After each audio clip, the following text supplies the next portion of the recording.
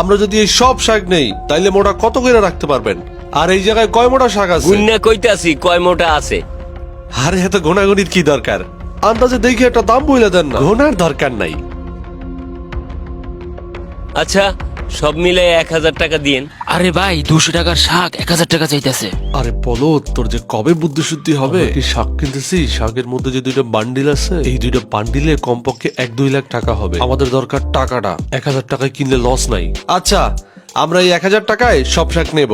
ঠিক আছে 1000 টাকা দেন, আমি সব শাক দিয়ে দিতাছি। আচ্ছা দিতেছি।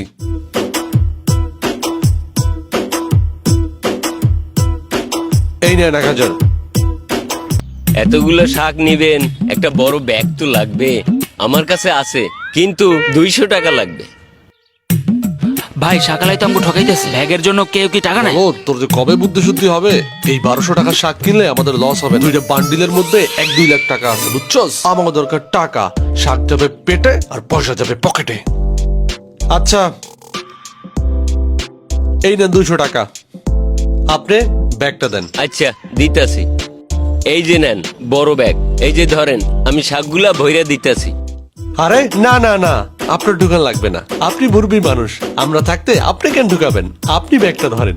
আরে ভাই আমি দোকানদার, এইটা তো আমার কাজ, আমিই ভইরা দিতাছি। আরে আমরা থাকতে আপনি যদি কাজ করেন আমাদের পাপ হবে না? নে জিয়াদ ভর। দেন বলতেছি।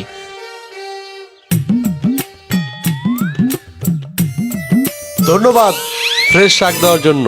আবার আসবেন।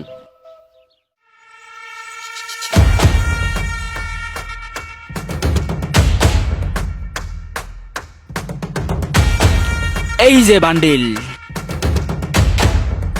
2টা বান্ডিল। পাইছি টাকা ইসকা। পাইছি পাইছি, পাইছি পাইছি পাইছি। কি রে, এখানে ওবায়দুল কাদেরের ছবি কেন? ওবায়দুল কাদের? টাকা তো মনে হইতেছে সবই যায়। হায় হায়,